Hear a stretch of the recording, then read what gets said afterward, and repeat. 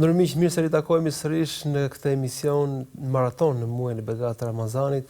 Jemi pikërisht tek muaji i shërimit, kështu e kemi titulluar këtë emision pasi është ky muaj i cili na ndihmon më shumë se kurrë për të shëruar nga ato sëmundje të zemrës, nga ato plagë të zemrës që nuk na lën të ngrihemi shpirtërisht, të përmirësojmë besimin tonë dhe të shohim gjërat më qartësisht. Do të flasim sot për ngurtësimin e zemrave, për disa shenja dhe çfarë ndikimi jep një zemër e ngurtë, cilat janë ato simptoma dhe cilat do të jenë ato qartësitë që do të kemi raport me zemrën tonë, që të mos kthehet ajo në një zemër të ngurtë e cila pastaj as nuk ushqehet dhe as nuk rritet.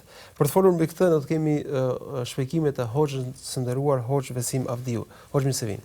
Mirë se jeni, Ilir. Hoxh, nëse flasim për zemrën e ngurtë, si manifestohet ngurtësimi i saj në raportet që ndërton besimtari me Allahun, duke qenë se zemra e ngurtë mund të jetë një sëmundje që përfshin edhe besimtarët, ata që adhurojnë Zotin çdo ditë dhe në mënyrë të vazhdueshme. Bismillahirrahmanirrahim. Me emrin e Allahut mëshiruesit, mëshirëbërësit. Kur është fjala tek zemra, është një gjë kryesore që e ka njeriu në trupin e tij. Nëse çdo sen duhet ta ruajë, sikurse veshin, syrin, gjuhën, dorën, këmbën, prej veprave të shumtuara, më shumë ti kena nevojë që ta ruajmë zemrën. Për arsye se Allahu ka përshkruajtur të zemrën në për shumë vete në Kur'an që aja devion, aja e gërsohet, aja ngurtësohet, aja drinoset, sikurse ajetet e Kur'anit që Zoti ka përmend për personat të cilët e lejthitën rrugën e vërtet edhe u lejthitën nga aja, e Allahu u bëri zemrën që të jenë të ngurta sikurse guri, po ndoshta edhe më tepër. Allahu pastaj në për ajete tjera, njerëzit të cilët kanë bë vepra të këqija, edhe janë njëllosur me mëkate, ka ndodhur që zemra e tij të merr një mbështjellës. Edhe ai mbështjellësi të quhet mbështjellës që pastaj nuk mundet që të heket, e që thirrën në gjuhën arabe ran.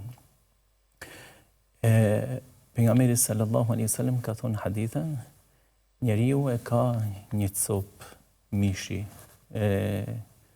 mundemi me përshkruaj se është 4 cm ose 5, për arsye se e ka quajt pejgamberi alisem një copë mishi të kafshuar. E tash ai copë mishi e kafshuar është në zemër. Tash zemra është më e madhe se sa ajo copë e mishit. Edhe thot pejgamberi alisem që ajo copë mishi, nëse përmirësohet, e përmirëson tërë trupin, domethënë edhe zemrën edhe trupin. Por nëse ajo prishet, e prish tërë trupin. Kur e kem fjalën te kjo temë, te çështja e zemrës, pasi që profeti Muhamedi sallallahu alaihi wasallam na ka klasifikuar llojet e zemrës. Ka zemër të shëndosh, ka zemër të gjallë, ka zemër të vdekur, ka zemër të sëmurë. Zemra e gjallë që është e shëndosh është zemra e një besimtari, që është besimtari i devotshëm, besimtari i cili e ka fut veten në binarët e Islamit, edhe ruhet maksimum nga mëkatet e mëdha e tjera. Kurse zemra e vdekur është zemra e atyve të cilët e kanë mohuar rrugën e vërtet, kanë dalë për fejes, e kanë praktikë fejen, ose jo besimtar, ose mushrik, domethënë që janë idhujtar. Edhe zemra e cila është mesatare. Zemra e sëmurë është zemra e besimtarëve musliman, të cilët vazhdimisht mundohen që të largohen nga veprat e këqija, po mundohen që të veprojnë vepra të mira, po prapse dunjaja, jeta kësaj botës i tërheq tek mëkatet, edhe ai e sëmur zemrën. Pastaj mundohet që ta shëron prapë sëmur zemrën. Kështu që thuhet se zemra e sëmur është një zemër e një gjunahçarit. Kështu që secili për neve duhet të kem parasysh se pasi që është diçka e shtrenjtë në trupin tonë që është zemra, të mundomi që të ruajmë edhe të mundomi që atë të shërojmë edhe që kur mos na smurat ose larg Zotit na vdesë edhe ajo. Pra ju thatë që shupërnesh që në këtë muaj jemi agjërueshëm, jemi të lidhur më tepër ndoshta edhe me namazin, me Kuranin, nuk është habi që të kemi sëmundje të zemrës dhe për tyre ngurtësimin e saj. Si na ndikon kjo në mënyrë të drejtë për drejtë në adhurimet tona, në namazin ton, leximin e Kuranit, edhe në bamirësitë dhe në shumë veprat e tjera që bëjmë? Ngurtësimi i zemrës, njeriu nëse largohet nga rruga e vërtetë, sigurisht se ngurësohet zemra. Mirë, po prapë ne duhet mundumi që vazhdimisht t'i thejmë ato zemra ose t'i zbusimi ato zemra duke shtu ibadetin. Sidomos mund këtë muajin që e kem shumë më lehtë për të shtuar ibadetin se e natyrshmëria e njerëzve që në këtë muaj afrohen më shumë tek Allahu, për arsye se i shtohet një ibadet shtesë që është ibadet shumë e rëndësishëm, që është agjërimi i muajit Ramazanit, edhe i shtohet humaniteti për arsye se është sadakatul fitri, është edhe dhënia e zakatit, domethënë shtohen ibadetet për ata që njeriu lehtësohet. Mirë po, njerëzit vazhdimisht duhet që ta zbusin zemrën duke e ndëgju Kuranin, duke e lexuar Kuranin, duke medituar në Kuranin. Për atë Allah subhanahu wa taala ka thonë: "E fala yatadabbaruna al-Qur'ana am ala qulubin aqfaluha." Njerëzit nuk po mendojnë Kuranin ose nuk po e meditojnë Kuranin ose nuk po analizojnë Kuranin. Domethënë kur po e lexojnë ose kur po e ndëgjojnë Kuranin, pse nuk po e ndëgjojnë me vëmendje që Kurani që të ndodh, domethënë që t'ia zbusë zemrat, po thotë a nuk po meditojnë në Kur'an apo në zemrat e tyre kanë dryna, domethënë janë zemrat e drynosta. Kështu që secili prej neve është mirë që në këtë muaj të shfrytëzon sa më shumë që të shton ibadetet, si është ndëgjimi i Kuranit edhe leximi i tij, përmendja e Zotit janë që e zbusin zemrën edhe bën që zemra të shëndoshet edhe të bëhet një zemër e bardhë, siç ka thënë profeti Muhamedi sallallahu alaihi wasallam, nëse bëhet zemra e besimtarit e bardhë, nuk ka mëkat që e lehtësit atë zemër. Në këtë muaj janë të shtuara gjithashtu këshillat, derset, ligjëratat, prezantohet më tepër në xhami. Emisionet e shumta gjithashtu janë një mundësi për të reflektuar dhe për të marrë këshill. Mirë po, jo çdo këshill zë vend në zemrat tona. A mund të themi se një zemër e ngurtësuar e ka më të vështirë për t'i pranuar këshillat dhe porositë? Zemrat e ngurtësuara janë shumicën e rasteve zemrat ata të cilët e mohojnë fenë, i mohojnë parimet fetare, e mohojnë namazin, e mohojnë agjërimin, i mohojnë, domethënë edhe gojarisht edhe praktikisht i mohojnë ata. Pastaj zemra ngurtësohet. Allahu që i ka përshkruajtur ata që e mohojnë, domethënë ritualet e Islamit, domethënë i mohojnë fenë, atinve u atërheqë vërejtjen, nuk i atërheqë vërejtjen, ata prapë nuk besojnë. Jep me kuptuar se ata zemrat e tyre i kanë ngurtësuar aq shumë sa që pastaj edhe këshilla nuk mundet që të ketë dobi. Por ata Allahu pas këtij ajeti e vjen me ajetin tjetër ku thotë Allahu u avullosi zemrat e tyre. Edhe i vëri perde edhe në veshët e tyre, edhe në sytë e tyre, edhe ata nuk e shohin realitetin edhe nuk e ndëgjojnë realitetin.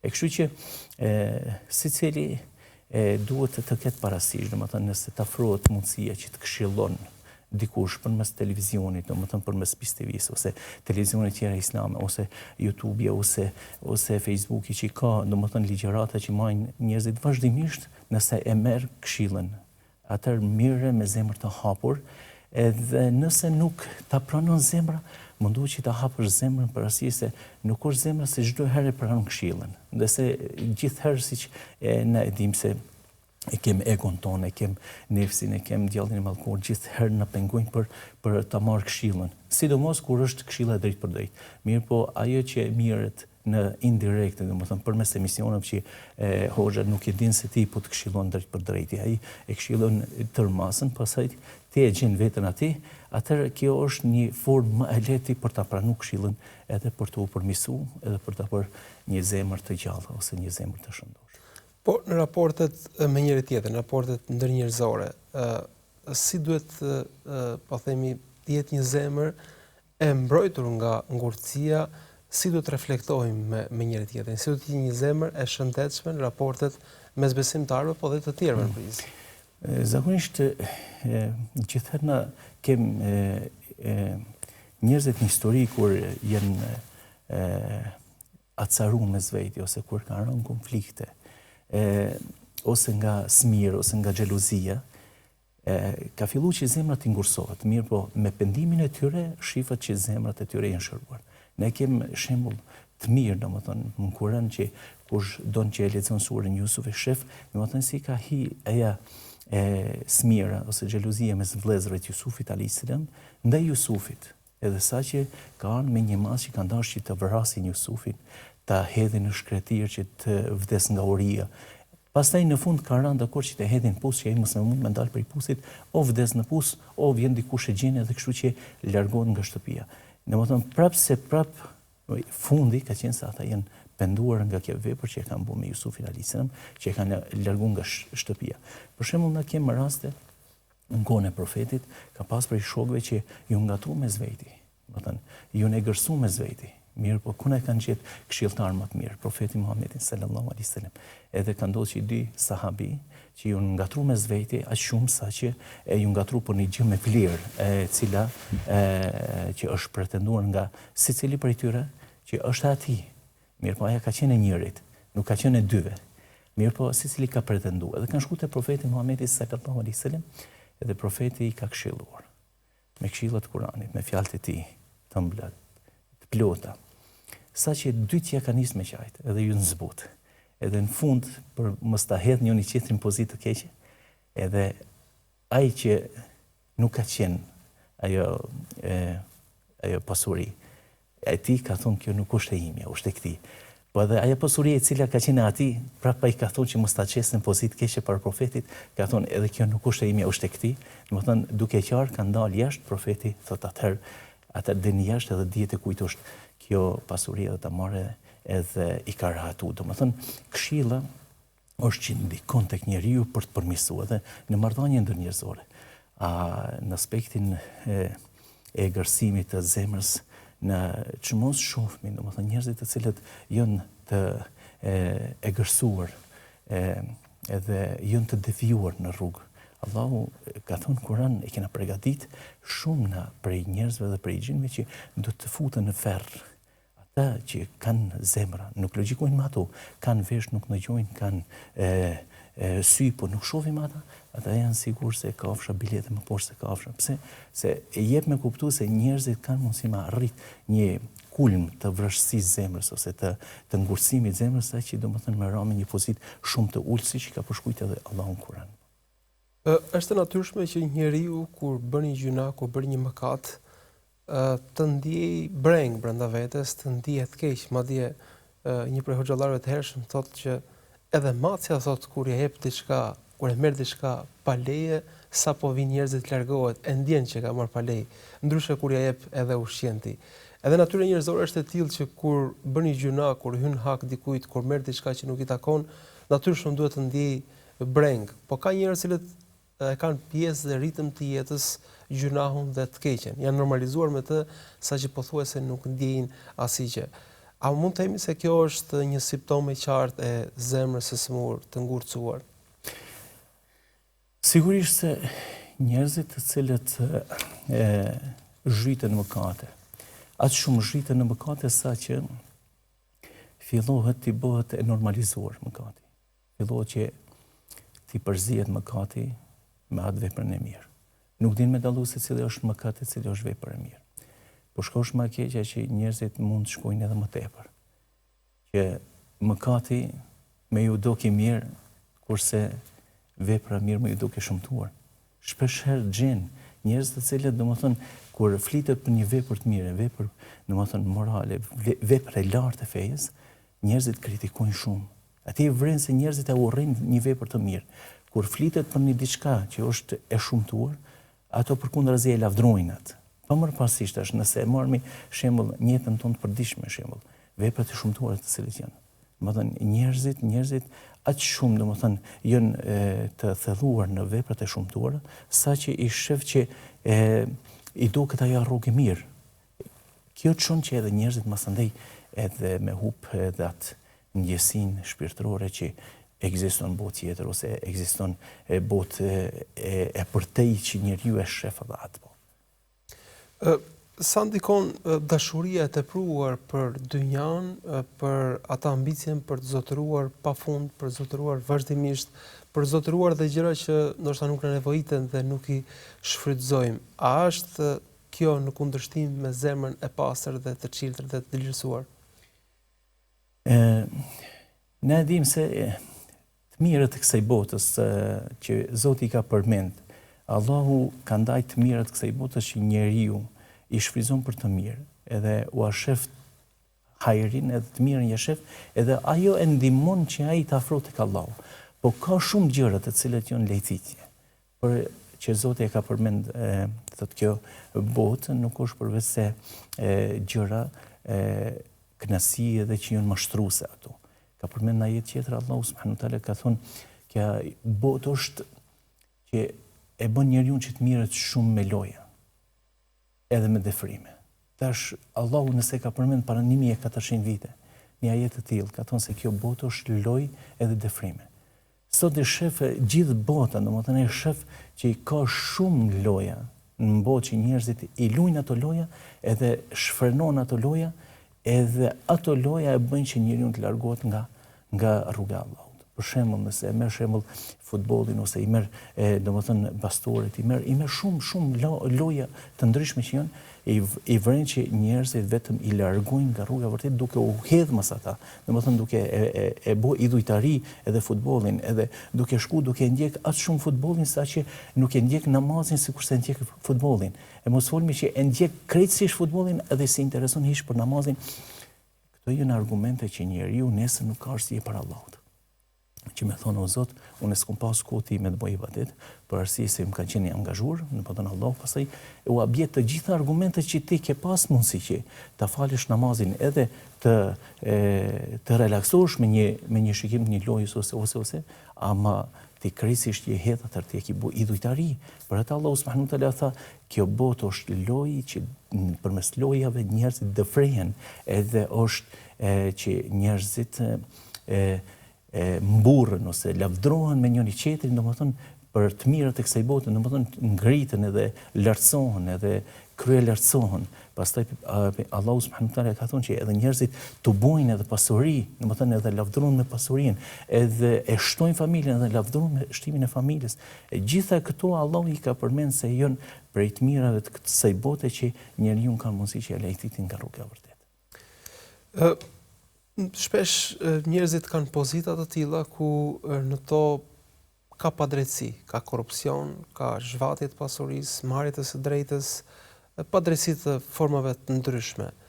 Fillimisht është habia se kjo nuk është normale, po me kalimin e kohës njeriu mund të familiarizohet dhe mund të normalizohet ajo gjendje.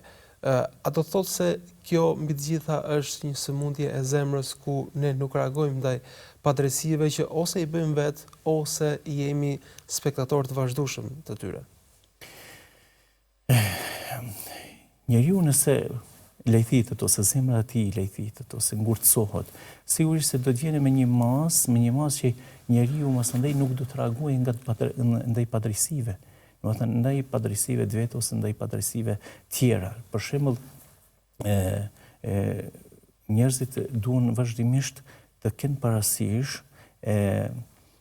se është një forcë e mbrëmshme, që është besimi, është zemra mirë që e shtyn për me reagu kur është padrejtja duke u bë, ose me ngrit zërin, domethënë për ta hek padrejtën të cilën është duke u bërë atij vetë personit, edhe mos heshtja në padrejtësi. Domethënë se njeriu njëkohësisht kur reagon në padrejtësi, edhe nuk hesh në padrejtësi, jep me kuptues se ka një zemër të gjallë. A njerëzit të cilët i ngurtësohet zemra, ata pa marrë parasysh nëse shohin padrejtësi, domethënë që po bëhet në rrugë ose po i bëhet padrejtësi, hesh domethënë sikurse e le anash, domethënë Allahu kur na ka këshilluar neve, na ka këshilluar në Kur'an që as mos i bëni padrejtësi dikujt, po as mos e lini dikush më ju bë padrejti. Për arsye se nëse e lën dikun që me të bëj padrejti ty, atëherë ti po in hak po i bën padrejti vetvetes. Atëherë edhe për këtë kimë dhon llogarinë nesër para Allahut. Shpesh herë ti e gjejmë sot sistemi në përgjithësi botëror. Domethënë secili me këshir veten. Kam dëgjuar që njerëzit në perëndim nuk guxojnë me ndihmu dikujt, shembull nëse ka bu ndonjë ndeshje, për arsye se ju duhet me thirr ndihmën e shpejt, ndihma e shpejt duhet me ardh, për arsye se ti nëse i ndihmon ka mundësi e lëndon edhe ti tani mos andaj i jep llogari për atë. Domethënë saqë ka ndodhur shumë raste që njerëzit kanë vdekur për arsye se njerëzit nuk ja kanë dhënë ndihmën derisa kanë prit ndihmën e shpejt për me ardhur, ose është djeg, ose ka ra në ujë edhe është rrokullues në ujë, domethënë vetëm koka ju ka futur në ujë, edhe njerëzit nuk kanë shku me ndihmu. Atina është shkaku për arsye se jo, domethënë vjen ndihma shpejt, ajo mirët me këtë, saqë domethënë kanë humbur shumë njerëz jetën, për shkak se njerëzit nuk i nxit ajo që të shkon të ndihmon për arsye se i kalon ligjit. Përkundrazi edhe nëse është ligji ashtu. Unë mendoj që njeriu kur e shef, domethënë që po bëhet një padrejsi ose po bëhet një diçka që duhet të reagon, atë duhet të reagoj se është prej zemrës shëndosh njeriu që të reagojë në kësaj. A ka të vështirë të pendohet njeriu me zemër të ngurtësuar? A e frenon, a e pengon ngurtësimi i zemrës në pendim, duke qenë se ky është një muaj ku mundësia për të penduar, mundësia për të reflektuar, mundësia për të kthyer nga e mbara është shumë e madhe. I kem fjalën e profetit Muhamedit sallallahu alaihi wasallam ku ka thënë profeti sikurse Zoti do ta shef në zemrën e njeriu edhe një gërrim sa më e vogël e mirë, do ta udhëzon në rrugën e drejtë. Kështu që i jep njeriu edhe nëse është i zhitur në mëkate. Edhe pothuajse zemra e tij është e prishur ose e ngurtësuar 99%, 1% i ka met në diçka e mirë. Atëherë nuk ka dyshim se Allahu e udhëzon on këtë muaj një ditë ose nuk e le që jeta e tij të shkon ashtu. Pse se ka një të mirë. Kjo jep me kuptuar që Allahu ka mëshirë të madhe për robët e tij. Edhe derisa ka mëshirë të madhe për robët e tij, Allahu i udhëzon. Edhe ka raste që në kohën e pejgamberit sallallahu alaihi wasallam ka ndodhur prej njerëzve që e kanë pyetur pejgamberin alayhis salam, më thonë çka e largon nga ferri dhe çka afron tek parajsa. Pejgamberi alayhis salam i ka thënë shokëve vet, o shokët e mi, këtë Allahu e pas ka drejtuar në rrugën e drejtë. Kështu që njeriu nëse ka pak mirësi në zemrën e tij, aja pak mirësia që është në zemrën e tij është interesimi. Kështu që unë kisha këshilluar edhe veten, edhe gjithë njerëzit, edhe gjithë shikuesit, që sidomos në këtë muaj të jenë më të interesuar për fe, se nëse gjen interesim, dije se interesimi të bën që zemra jote të shërohet edhe më mirë, edhe të qilet edhe më mirë, edhe të forcohet edhe më mirë, edhe jeta jote të ndryshon edhe më mirë. Ndërkohë, edhe pse në këtë muaj shumë prej nesh janë agjërueshëm, pra janë duke zbatuar një prej shtyllave dhe urdhrave më të mëdha hyjnore, që është agjërimi i muajit Ramazanit, ka prej tyre të cilët akoma nuk kanë hedhur hapin e duhur për të plotësuar obligimet të tjera fetare, kryen e ibadeteve të tjera. A mund të themi se dhe këtu kemi një problem me zemrën e cila akoma nuk është dorëzuar plotësisht urdhrave hyjnore? Njeriu nëse agjeron muajin e Ramazanit dhe është që e thot shahadetin, profeti Muhamedi sallallahu alaihi wasallam ka thënë, thirrni këta sikur se i ka thirrë Zoti besimtar, musliman edhe rob të Zotit. E dim se njeriu i cili e thot shahadetin edhe agjeron muajin e Ramazanit është besimtar, mirë, por nuk është besimtar ashtu bashkë si e lip Allahu. Për arsye se i lipën edhe obligime të tjera, sikurse është falja namazit. Nëse je vetëm që agjeron muajin e Ramazanit, atëherë mundohu që ta shtish në rend faljen e namazit, se falja e namazit është prej shtyllave kryesore.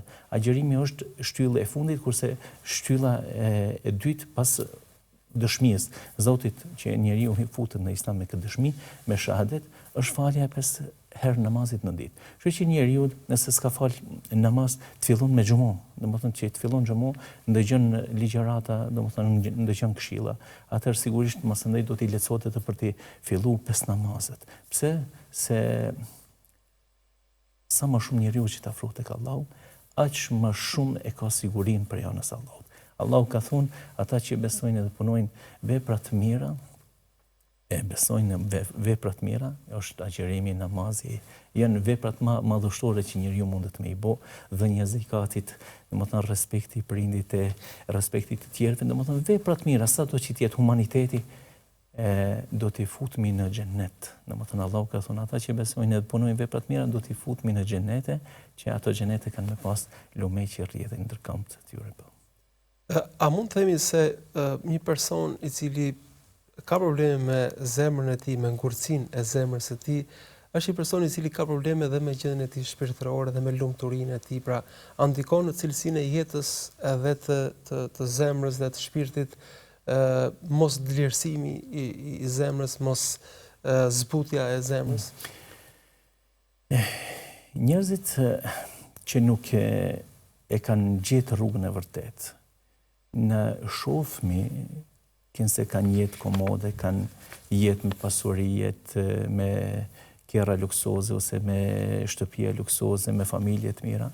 Mirë po prapë se prapë në edim, edhe që kemë shumë fakte, që njerëzit vete kanë në rëfiqje, ata nuk jenë të lumtur, përsi se ka raste që njeriu ka thonë, unë kam rrugën së të kriministit, ose kam shtëpinë më të mirë së të kriministit.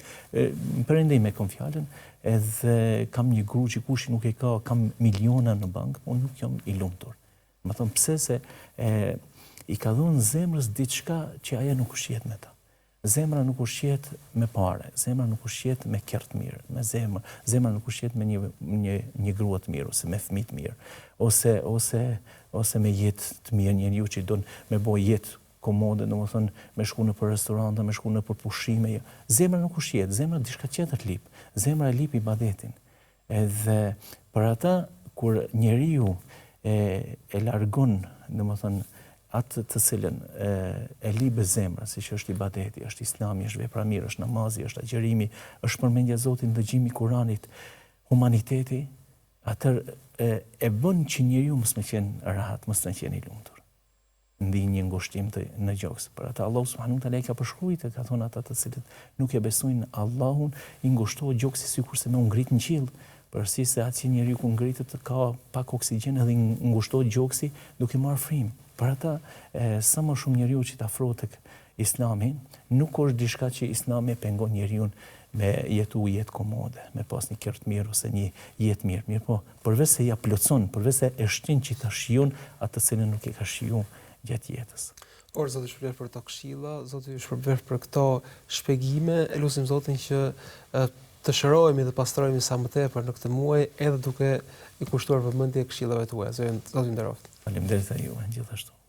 Miq, ky ishte emisioni i sotëm, folëm për zemrën. Hoxha përmendi 3 kategori të mëdha, është zemra e pastër, çka është cilësia e njerëzve të dalluar, është zemra e vdekur e njerëzve që janë mohues, e refuzojnë të vërtetën dhe për këtë ne jemi të begatuar që Zoti na ka ruajtur nga kjo kategori, po ndërkohë është dhe zemra e sëmurë, e cila her pas here preket nga viruset të ndryshme, aty ku bëjnë pjesa ndoshta edhe më e madhe e besimtarëve. Prandaj në këtë muaj ti kushtojmë fokus të veçantë zemrës tonë, viruseve për të cilave ajo mund të preket, ngurtësimit të saj, dhe i kemi të gjitha mjetet dhe mënyrat për ta shëruar dhe për ta zbutur atë. Ju falenderoj që na ndoqët dhe miru takosh.